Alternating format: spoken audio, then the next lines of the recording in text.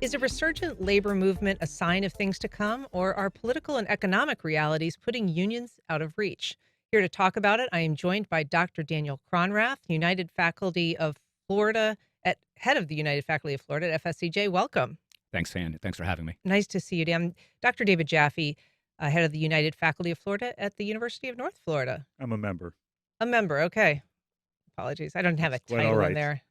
And Russell Harper, who is president of the North Florida Central Labor Council. Good morning. Good morning. Thank you for having us. Thanks for being back. This film is being screened April 1st on the next Tuesday at the headquarters of the IBEW here, the local 177.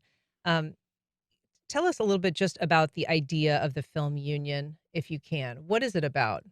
Well, I'd rather he speak to it because they're the ones that brought it to me. Okay, Uh, fine. Daniel. Sure. And this was actually a suggestion of David that he and I have developed a tradition that once a year we'd like to try to screen a film, which is something which is not going to be like a mainstream film. It's going to be something which is very, very insightful to the way people conduct their lives. So when David, of course, we were all aware of the opportunity in Staten Island to Amazon to organize the workers at the Amazon warehouse, and when we found out there was a documentary being made, we thought this would be a great opportunity for our unions. And again, this is an effort of our unions, not an effort of our institutions, to basically provide an opportunity not only for our brothers and sisters who are currently in a union here in North Florida, but also folks who are interested in organizing their workplace.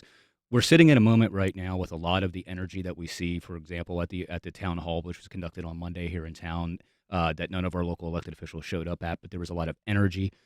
One of the ways that people could really create an action plan for themselves if they want to get more involved is to get more involved with unions. If you look at the history of the Democratic Party and in the United States, going back to the civil rights movement, one of the things which enabled us to accomplish all of those wonderful victories for women, for people of color, was the fact that we had a strong labor base, which carried a lot of these initiatives over the finish line, because even folks who were not culturally there with what the country was doing still valued their union job, the increased salary, the benefits that they were receiving from being part of their union. So we were hoping that showing this film would help kind of create a resurgence and create an action plan for folks in our neighborhood, in our community, who really want to keep going with this momentum.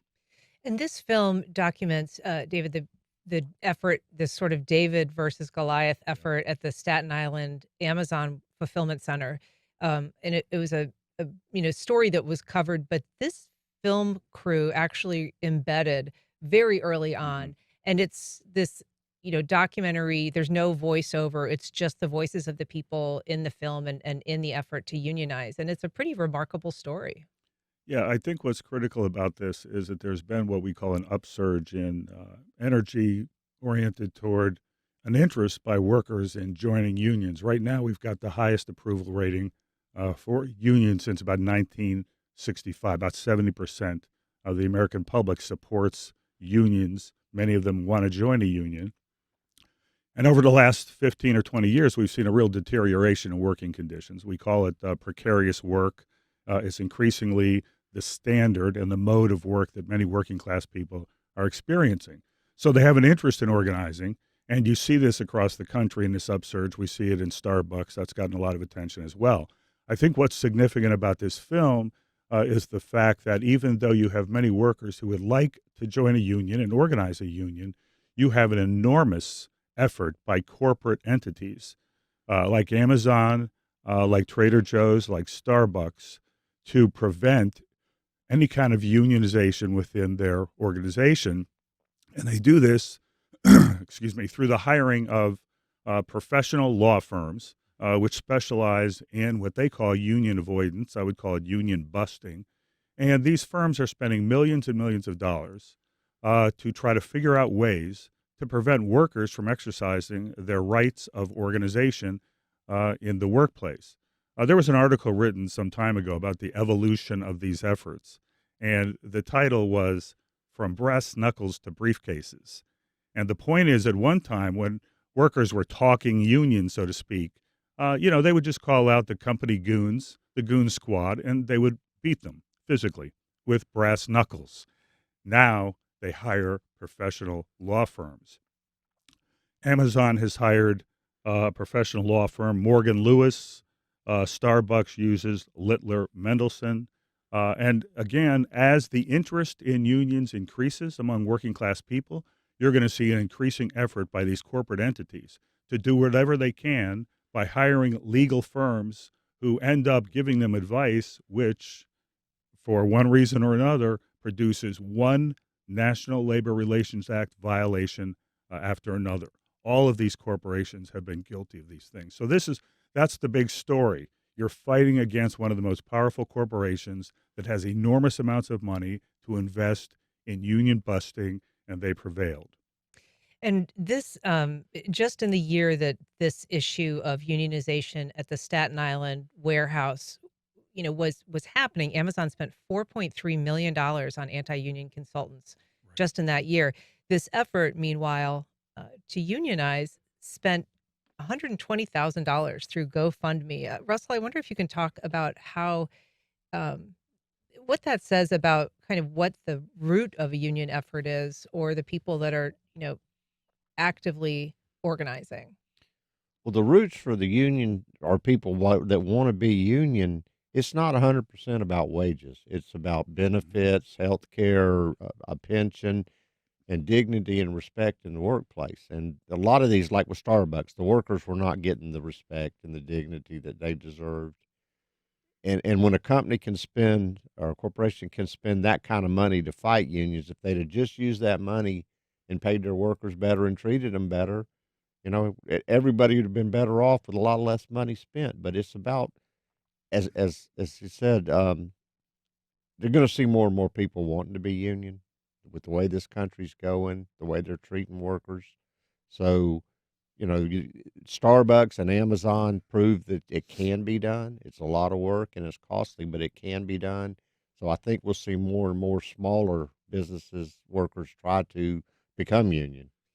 We know that worker rights and the union effort got a boost in the pandemic and post-pandemic era, when you had a lot of frontline workers who didn't feel like they had protections, all of a sudden, kind of inspired to take up the cause of union organizing. But I wonder if you think that there's anything, what do you think it was that was successful for these particular efforts at a Starbucks, where there were some successes, or at this particular union warehouse, that allowed them to succeed where others have not? Well, part of it's the dedication of the people trying to organize. They feel they need to organize, and it's for their own protection and survival. So people are going to see it more and more that they need to organize and be unionized to Right. protect themselves. Yeah, I would just add to that it's a different model that's being used, excuse me, at Amazon and Starbucks. These aren't established AFL-CIO unions that are coming in and organizing. This is what we call worker-to-worker organizing. The Amazon Labor Union is an independent union that emerged out of the workers communicating with each other, worker-to-worker organizing, that ultimately built that union. You're seeing the same thing at Starbucks. So it's a different model. The established unions don't have the funds. They don't have the staffing. But you can see, as Russell said, the energy of these workers to organize themselves, to communicate with each other, and actually to successfully establish a union against all odds. Yeah. And we know that in this movie that's going to be screened on April 1st, that there are a lot of voices that are part of it in terms of the effort and the people that were in support of the union. I just want to take a little listen to some of the film here now, where we hear some of those voices. I happen to be a current Amazon worker at JFK. The pay and the work conditions are totally a nightmare. They expect you to do 200, then after that they want you to do another 3, and then they want you to do another 4. They think that we're robots.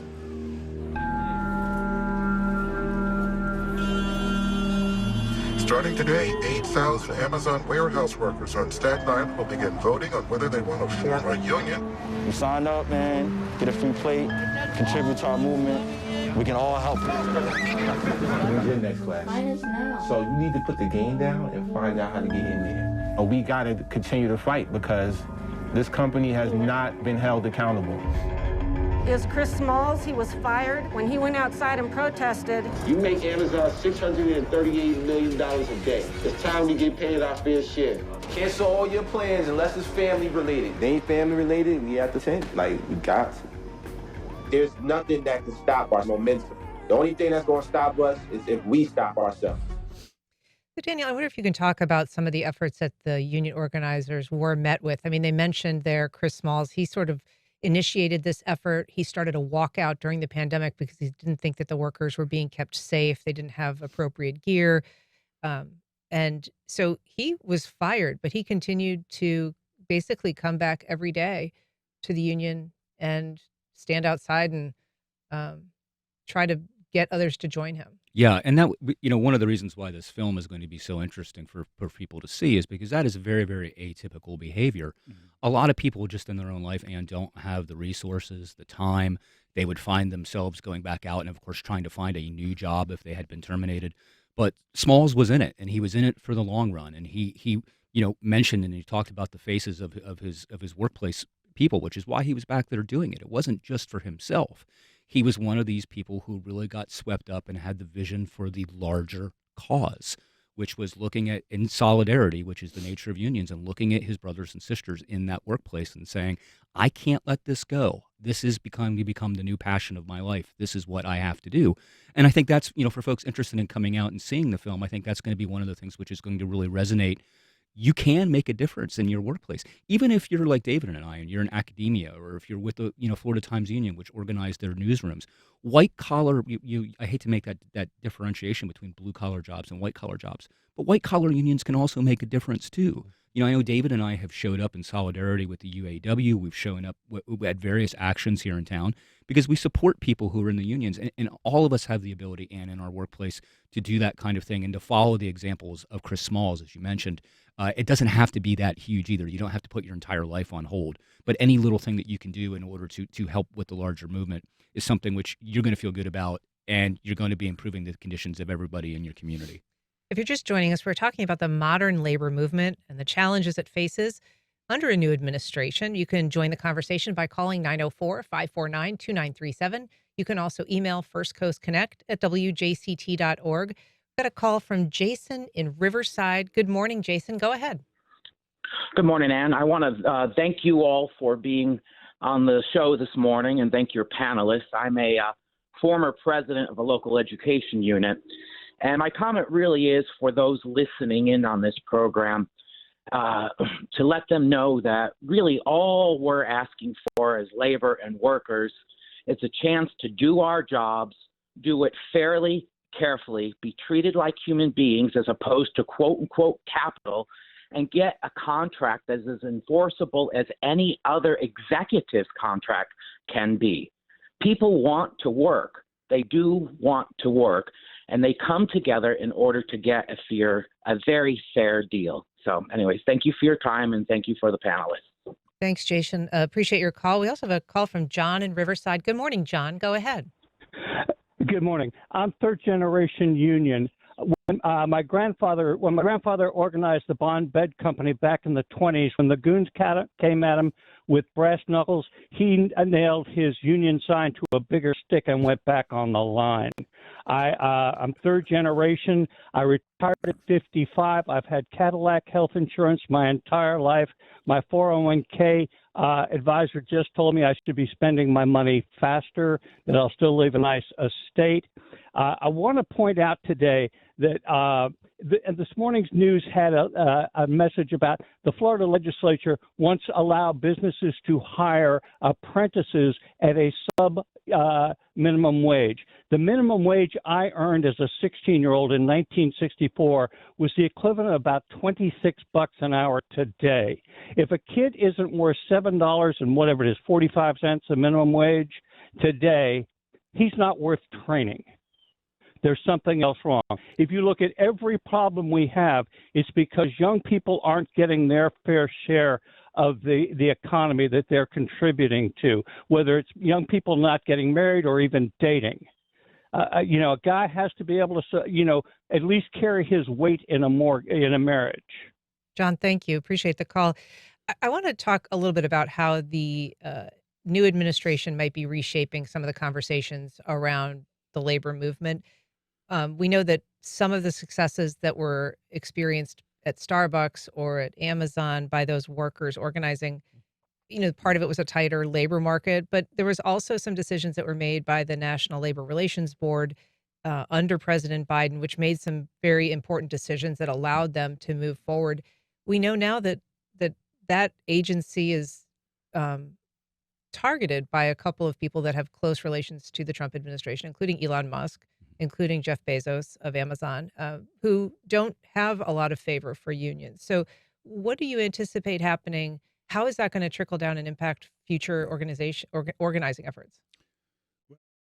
The National Labor Relations Board is really the body that enforces labor law in the United States. So it's critical that it's staffed by people who actually understand the labor struggle and have an experience with labor, not corporate types who've spent their careers maybe involved in union busting. But also they have to have the resources to enforce the laws. And my fear is that there will be efforts to obviously modify the membership of the National Labor Relations Board and also defund the National Labor Relations Board to the extent that it cannot enforce the laws that exist. Workers probably can't depend on these laws because, many of these laws have been in place and, employers violate them anyway. So the point is that's why you have a union. We've always had labor laws that protect workers, but if the employers are violating them routinely, then workers have to take matters into their own hands. So it's even a greater reason that we need to see unions being built in these organizations to take on the employers because they may not be able to rely on the National Labor Relations Board and the enforcement mechanisms of that agency. I'm sorry, Ann, go ahead. No, I was just going to say to your point about the violations. We have a soundbite from an interview that Chris Smalls, who was the lead organizer in this Staten Island warehouse effort, talking about his dismissal. Let's just listen to what he had to say, and then I'll ask you about it. I worked at Amazon for nearly 5 years. I started out entry level. I worked hard, got promoted up to an assistant manager. In 2020, when the pandemic started, I wanted to make sure that Amazon had a real plan to protect its employees. I was watching my people come in every day with different flu-like symptoms, without PPE, without protections, without cleaning supplies. So for me, organizing was the only way to really get our voices heard. As a result of me stepping up, I was probably the only Amazon worker in its 29 years to ever receive a phone call stating that I was terminated. So that last part that he's referencing is basically, he says, you're supposed to get a verbal warning and then documentation, and then you get a write-up, and then you get terminated, and that they basically skipped all of those processes after 5 years and called him and told him he was fired. Yeah, I mean, those are exactly the circumstances that happened to Mr. Smalls. And of course, as David already pointed out, these are illegal activities. They're not allowed to be able to do this thing, but then it becomes a question of enforcement. The one thing I did want to go back on quickly when you brought up the national politics of this is I want to acknowledge just a little bit about the Biden administration that David was talking about. Probably the greatest victory for labor during the Biden administration was his appointments to the National Labor Relations Board. And I think that's going to be critical to watch is how aggressive does President Trump go to try to remove these appointees prior to their term of service expiring. The other thing that President Biden did that I know that Russell was very, very aware of was he was the first sitting president to ever go to an action, to ever actually appear at a picket line at the UAW worker strike. So yes, you may say that's symbolic, but it's very important symbolism to people who are involved in their unions to see a president do that. And then lastly, we were talking a little bit prior to coming on the program. The disappointing aspect was the not being able to pass the PRO Act, which would have essentially gotten rid of right to work laws in the United States and really, really encouraged and gotten rid of a lot of the southern states, of course, we know, who aren't allowed to pass fair share legislation and things along those lines. That would have been a great victory. It did not happen, but still, I just wanted to acknowledge a little bit some of the victories that the Biden administration was able to get done while they were in power. Russell, how important is that to have a sitting president show up at an event like that? Obviously, he's been throughout his life, he was a very strong supporter of labor. Well, it was great. I mean, first of all, it inspired the workers. But to have somebody that can enforce and point the boards that supports the workers is paramount to what we need. Here in Florida, they're doing everything they can to make it tougher to be union. And if the National Labor Relations Act is weakened or the board is weakened, we're not going to get any support in Florida. But every legislative session, they try to take away workers' rights and protections. Can I speak to that really quickly, Sure. too? Because David and I both experienced this in our separate unions relative to what Russell was talking about, actions from Tallahassee. We now, to be a member of our union, no longer have payroll deduction. So typically in the past, you would just automatically have it come out of your paycheck. The police and fire unions who support the GOP were exempted from that legislation, but every educator in the state of Florida now had to set up a separate system. In addition to that, the membership threshold in order to maintain your union was increased from 50% membership to 60% membership. Now, I am proud of my union at FSCJ to say that we almost have a 75% participation rate. And because there was an effort by our union to make sure that we remain stable. But, there were colleges and universities who ended up becoming decertified in the state because they couldn't mobilize quickly enough to react to that kind of pressure, which, by the way, is really just a form of legislative union busting, too. That's what it is. So what is the explanation, David, when there are unions exempted, police and fire among them, where they're allowed to, for instance, continue their practice of deducting from payroll the union dues and not having to go outside and create a separate route to do that? Well, it's obviously a political decision. You favor certain kinds of workers over other kinds of workers, right? Law enforcement, people that are involved in the law enforcement areas. It also is a way to divide workers, right? Like some have special privileges that others don't. That undermines solidarity. So it's really targeting particular kinds, in this case, public sector workers, teachers, particularly university professors. They've been under attack enormously in the state of Florida, and it's not going to end anytime soon. We have a legislative session now, and one only knows what's going to come out of there, but already things are looking pretty bad. They're going to keep pushing and pushing and pushing, despite the fact that unions have seen a steady decline in their membership over the last 40 or 50 years. We have one of the lowest percentages of working people in a union compared to any other comparable country in the world, and they are still pushing to reduce the number of people who have the opportunity to join a union. So, this is what happens when you have a huge imbalance between capital and labor in the United States. And the only countervailing force historically has been a strong labor movement. That's the only thing that is going to thwart corporate domination in the United States. And let me add to that, David, too. If you're listening to the program today and perhaps being unions is not an important topic to you, you would have to ask yourself, with what's going on in education and with the attack on unions, who are you going to find in the future who wants to be a school teacher in the state of Florida? Who are you going to be recruiting to that occupation if they know that every day that they're not going to be paid an adequate wage, they're not going to be getting a wage that can repay their student loans, which are still escalating?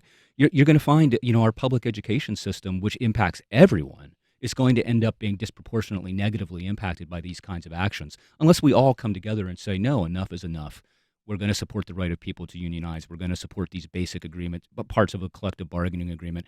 Yeah, I know for myself, for example, just to be transparent, 1% of my salary goes to my union dues. However, I also know, and this is the same, this is not an FSCJ thing, this is for every institution, if I ever have an issue in my workplace, the college and the university in Florida, their interest is the college and the university. The only thing I have protecting me is my union, is the support that I get from my union if I ever have an issue, and the attorney that they will provide me, and the legal counsel will provide me. So at any rate, sorry, David.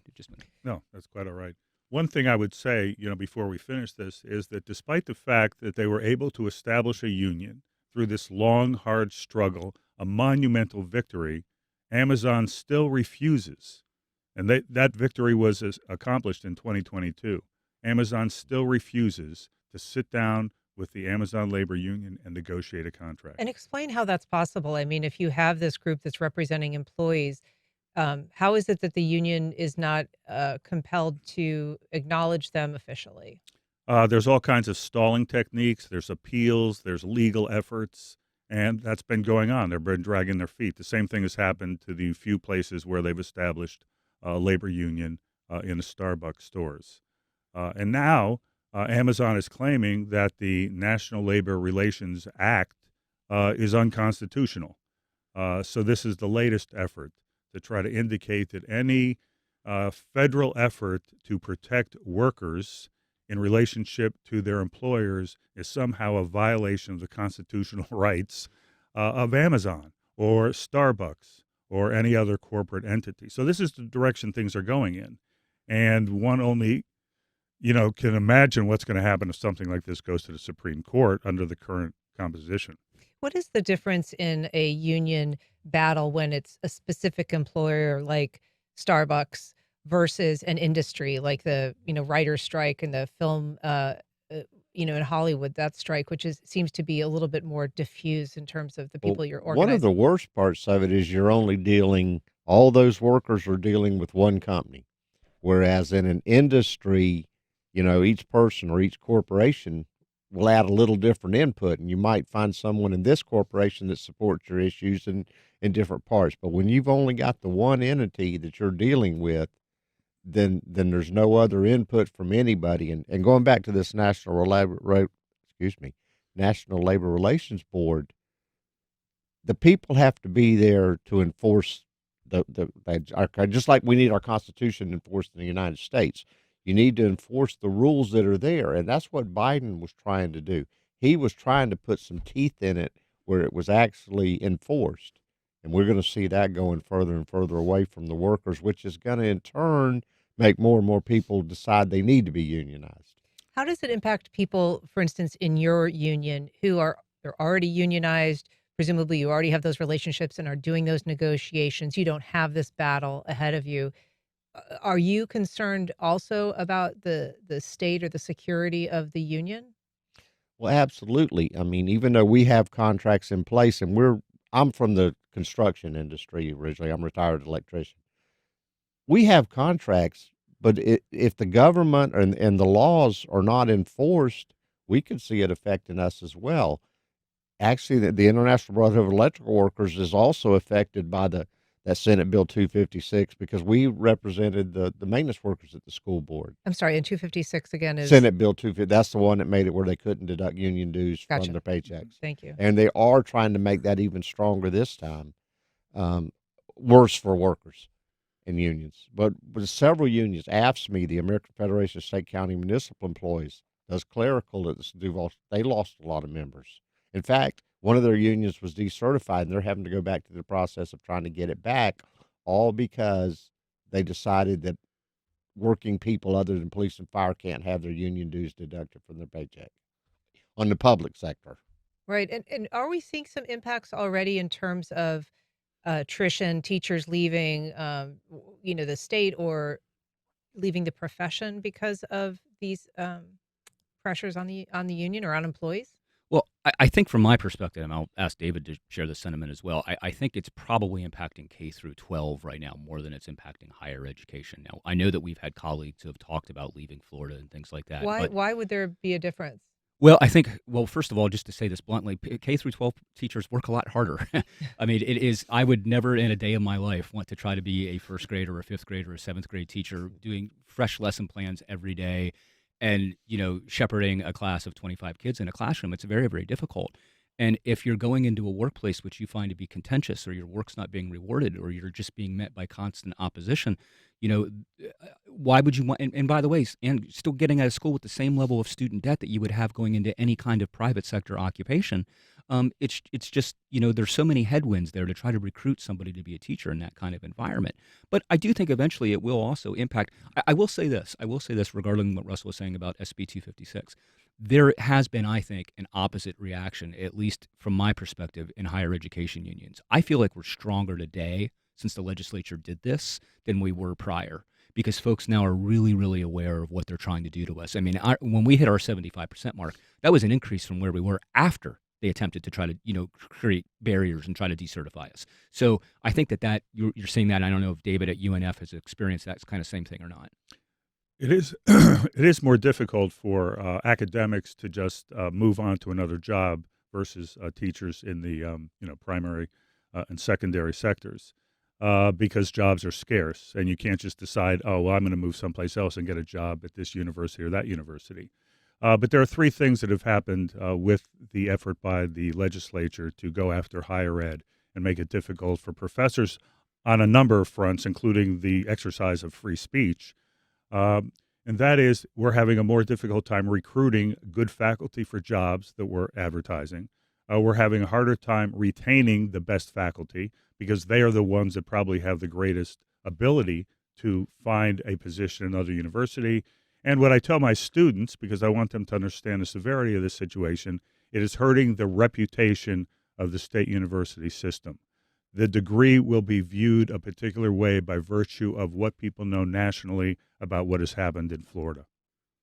When you talked earlier about the precarity of workers, I did want to kind of ask you a little bit more about that, whether that, is a safety thing, whether that's a job security thing, in part because we know that in this effort to unionize at the Amazon warehouse, they were dealing with like 150% annual turnover rate. So they have a constant flow of people who are coming in, maybe are not satisfied with the job, maybe aren't performing well, but they're leaving in huge numbers. And so any attempt to organize is naturally going to face this erosion of support all the time. The concept of precarious work is something that emerged given the changes in the working conditions in the United States. The concept didn't exist 25 years ago. So it's an indication of what working people are facing. And I'm not talking about just, working class people, blue collar workers. I'm talking about college educated students. The ability to find a secure, well paying job that provides something like a career with benefits is simply more and more difficult. So employment has become less secure and more precarious for workers generally. Then when you add to that what I would call the sweatshop conditions that exist in these so-called fulfillment centers. And by the way, it's not called a fulfillment center because the work is fulfilling. It's called a fulfillment center because the only thing they're concerned with are the consumers. They have little regard for the workers. The idea is to deliver the goods as quickly and as fast as possible to the consumers. And so under those conditions, there's been many interviews with people who work in these sweatshops, I'm going to call them. The conditions are intolerable, and many people simply can't keep up. And their work is monitored by the rate and by time away from the job, and it's simply more than they can handle. So the fact that people have to actually take these jobs because they're that desperate to make money in this economy says something about the state of American capitalism today. So this film is going to be screened, as we said, Tuesday. It's going to be at the IBEW Local 177. Russell, first of all, where is that located? 966 North Liberty Street, downtown. Okay, and so it starts. I guess the doors open at 6. The screening starts at 6:20, but then there'll be some discussion following. What is that going to look like? Who's going to be involved in that? We are right now, and thank you for that, by the way, and also thank you to both David and I's unions who are going to be providing food for folks who show up at the event. So you can come at 6 o'clock, make yourself a plate, and then we'll start the movie at 6:20. The panel following that, we're going to have some folks from local unions who are going to be discussing topics not only related to the film, but conversation starters. Like, for example, if you watch the film or if you're listening to the program today and you're interested in learning how to organize your workplace, we're going to be able to provide some information for folks like that. And then you'll be able to meet folks in the room who are going to be able to help guide you through those relationships as well following the film. And I think that there's a lot of people that don't know as individuals what the rules are, what a company can or can't do. Is there a place for people to find that kind of information if they're just sort of thinking about the idea of trying to start a union? I'll let Russell answer that question. Well, for starters, if you go to the FloridaAFL-CIO.org website, they have information on starting a union. And of course, Google, you can find almost anything anyway, but you can start at the AFL-CIO in Florida on their website and find how to start a union. Mm-hmm.